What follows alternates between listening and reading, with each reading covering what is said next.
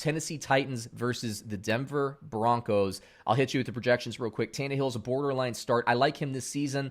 I just think the Denver Broncos defense is going to get better, which, by the way, I like the Denver Broncos defense, and I like the Tennessee Titans defense, too, adding Jadeveon Clowney this week. Let's see. Derrick Henry, definite start. A.J. Brown is a start. I wouldn't say I love him analytically, but I know your draft capital. You're going to start him. I'm off of Jonnu Smith this week analytically. Denver. Drew Lock. Man, I think Tennessee's going to come out. The projection's fine on him, but I think Tennessee's going to come out and have something ready for him that he hasn't seen yet in his, he's started on 5 games. I do like Melvin Gordon. I'm staying away from Phillip Lindsay, although there's a question mark. Let's see what the snap distribution is there. I love Cortland Sutton this week. Let's see what happens with the rookie receivers. I'm holding off for now. There's opportunity there, but I'm going to hold off. And then we got Fant, I actually think is a start. I'm a little bit lower on him this season as a season long, but I like the matchup. Take it away, David. Yeah, it's kind of funny you mentioned this is the last game. I'm looking at it, and it's the 10:30 game. It's almost like it's strategic. They're like, oh, we have all these great games. Which one aren't people really going to want to watch? Maybe we should put that at the 10:30 game when everyone's going to sleep. And they're like, yeah, we'll put the Titans Broncos. Nobody wants to watch that game, really.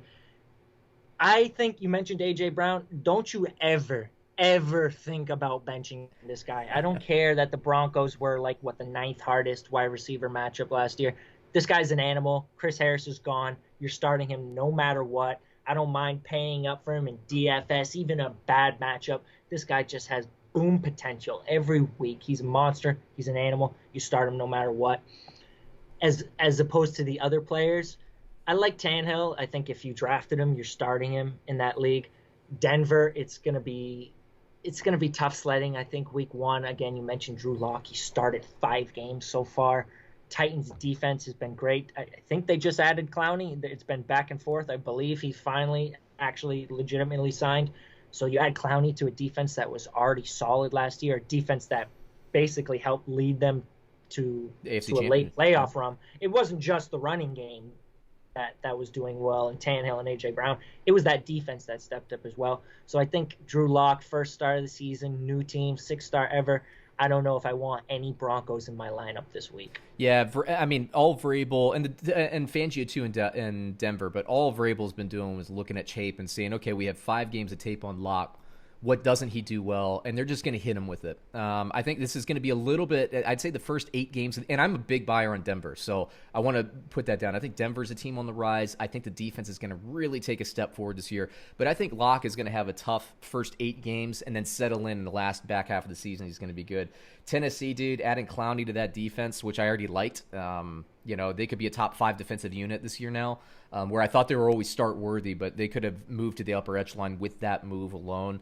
I like this. Let me hit you with the line, David. Tennessee against Denver. Tennessee +1 against the Denver Broncos. The same person who made the Seattle-Atlanta spread must have made this one too. Because how could you take the Broncos? How could you take the Broncos? What justification is there? Tennessee beat the Ravens and the Patriots in the playoffs last year. They're and the Kansas City Chiefs in the regular season. Yeah, they're one of the hottest teams coming in from last year. Denver Broncos, are you kidding me? How many wins did they have last year? 5, 6? I think they ended up 7-9. They ended up 7-9 because of Locke. Still, this is not a team that was a winning team. This is a team that needs to become a winning team. Mm-hmm.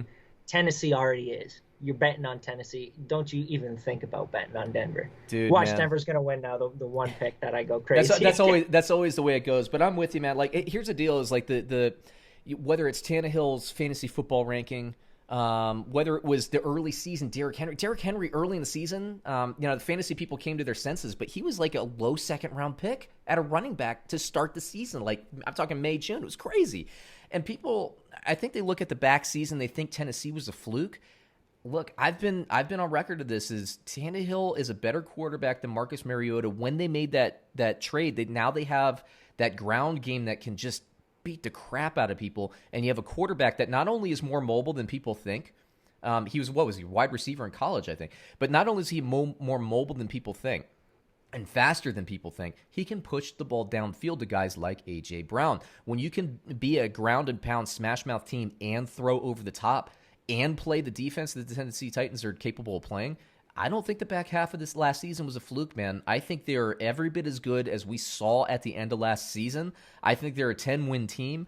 I like Denver. I think Denver may be a 500 team by the time we end the season. I think I would take the Kansas City Chiefs and Vegas actually over Denver, but I think all those teams are good. Denver, like I said, lock, off-season. I don't love the limited off-season. I think that actually favors good defensive teams. So I'm going to take Tennessee and the point. I'll take that. I would have taken Tennessee -3, so I'm getting Tennessee +1. I'll take it to the bank. I like Denver. No shade, Denver fans. But I think Tennessee wins this game by about a touchdown. So, man, that's a full game. We're about an hour and a half in. That's about what I expected us to be. I think we did a very good job being very disciplined in moving this thing along, David. Because I know we could have talked about any one of these games for about 20 minutes apiece. I know. There's so many question marks all over the board. And next week, I think, is going to be the real challenge. How do we keep this thing? We might have to do a 2-parter, honestly, because we're going to get answers and we're going to get reactions and all that. Plus, we have to talk about another 16 games next week. That one's going to be tough. So we might break it into different episodes. We'll see.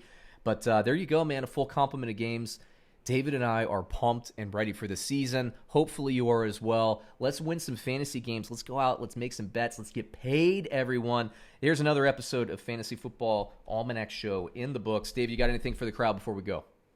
Nah, just make sure you hit that like and subscribe. Like and subscribe. We could use your support, everyone, and retweet us. That always helps as well. Thanks, everybody. We'll catch you next week, and we'll be talking waiver wire selections next week. That's going to be a big, big component.